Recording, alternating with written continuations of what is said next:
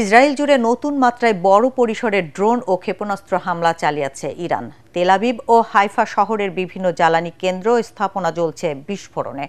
অন্যদিকে ইরানের রাষ্ট্র টেলিভিশন চ্যানেল IRIB-তে বোমা ফেলেছে ইসরায়েল। এর বদলা নিতে ইসরায়েলি দুটি টিভি চ্যানেলের অফিস খালি করার হুঁশিয়ারি দিয়েছে ইরান। বিপ্লবী গার্ডের হামলায় ক্ষুব্ধ মার্কিন প্রেসিডেন্ট ডোনাল্ড ট্রাম্প অবিলম্বে ইরানি নাগরিকদের তেহরান ছাড়ার হুঁশিয়ারি দিয়েছেন। প্রস্তাব দিয়েছেন যুদ্ধবিরতির।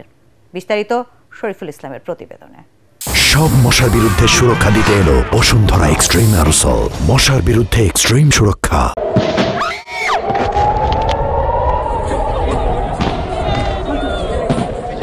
ইরানের বিপ্লবী গার্ডের অ্যারোস্পেস ফোর্সের নতুন ধাপে চালানো হামলার জেরে ইসরায়েল জুড়ে এখন যুদ্ধের সাইরেন। সেখানকার মানুষের ভোরের ঘুম ভাঙে সাইরেনের আতঙ্কে।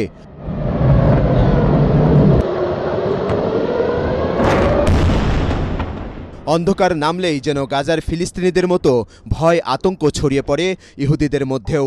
ইরানের শক্তিশালী ব্যালিস্টিক ও cruise missile Tel Aviv, Haifa, আসদ এবং আশকেলনের মাটিতে পড়ার বিকট শব্দ আর বিস্ফোরণে দিক বিদিক ছুটাছুটি করেন ইসরায়েলিরা।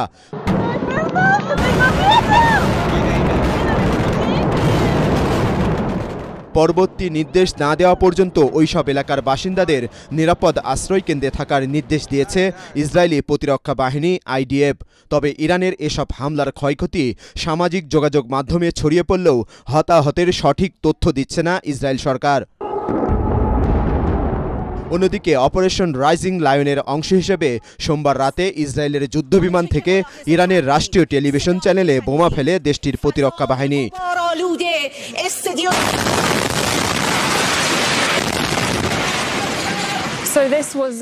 সামাজিক যোগাযোগ মাধ্যমে প্রকাশিত একটি ভিডিওতে দেখা যায় স্টুডিওতে একজন নারী প্রেজেন্টার টকশো অনুষ্ঠান পরিচালনার সময় হঠাৎই বিস্ফোরণের শব্দে কেঁপে ওঠে টিভি চ্যানেলটি। এই হামলায় মারা যায় প্রতিষ্ঠানটির এক সম্প্রচারকর্মী। পরে আবারও সম্প্রচার শুরু করে ইরানের রাষ্ট্রীয় টিভি চ্যানেলটি। এর জবাবে ইসরায়েলের কয়েকটি টিভি চ্যানেলের কর্মীদের সেখান থেকে সরে যাওয়ার সতর্কতা জারি করেছে ইরান। ইসলামী প্রজাতন্ত্রের সম্প্রচার মাধ্যমের ওপর ইহুদিবাদী শত্রু আক্রমণের তীব্র প্রতিক্রিয়া দেখানো হবে বলেও হুমকি দিয়েছেন জাতিসংঘে ইরানের রাষ্ট্রদূত। ইসরায়েল যা করছে এটা প্রকাশ্য যুদ্ধাপরাধ। আমাদের সংবাদ সংস্থার অফিসে হামলা গণমাধ্যমের স্বাধীনতার উপর সরাসরি আক্রমণ।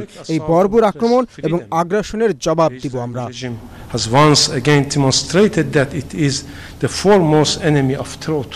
ইরানের অপারেশন ট্রু প্রমিস 3-র আঘাতে নাস্তানুবাদ ইসরায়েল থেকে মার্কিন নাগরিকদের সরে যেতে বলেছেন প্রেসিডেন্ট ডোনাল্ড ট্রাম্প।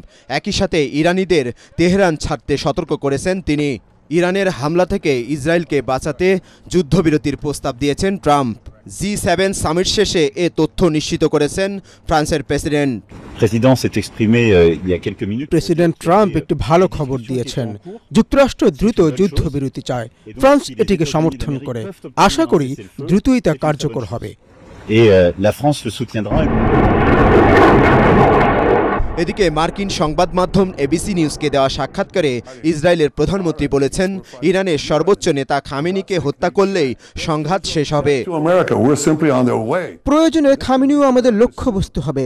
ইরান চিরস্থায়ী যুদ্ধ চায় ও ইসরায়েলকে পরমাণু যুদ্ধের কিনারায় নিয়ে এসেছে। ইসরায়েল তাদের এই আগ্রাসন ঠেকাচ্ছে। অশুভ শক্তির বিরুদ্ধে দাঁড়াতেই হবে। চিরশত্রু ইসরায়েলের সাথে ইরানের সংঘাতে দিন দিন উত্তেজনা বাড়ছে বিশ্বজুড়ে। এ অবস্থায় উস্কানি না দিয়ে বরং যুদ্ধবন্ধে যুক্তরাষ্ট্র, চীন, রাশিয়ার মতো পরাশক্তিগুলোকে এগিয়ে আসার আহ্বান বিশ্বের শান্তিপ্রিয় মানুষদের। শরীফুল ইসলাম, ATN বাংলা।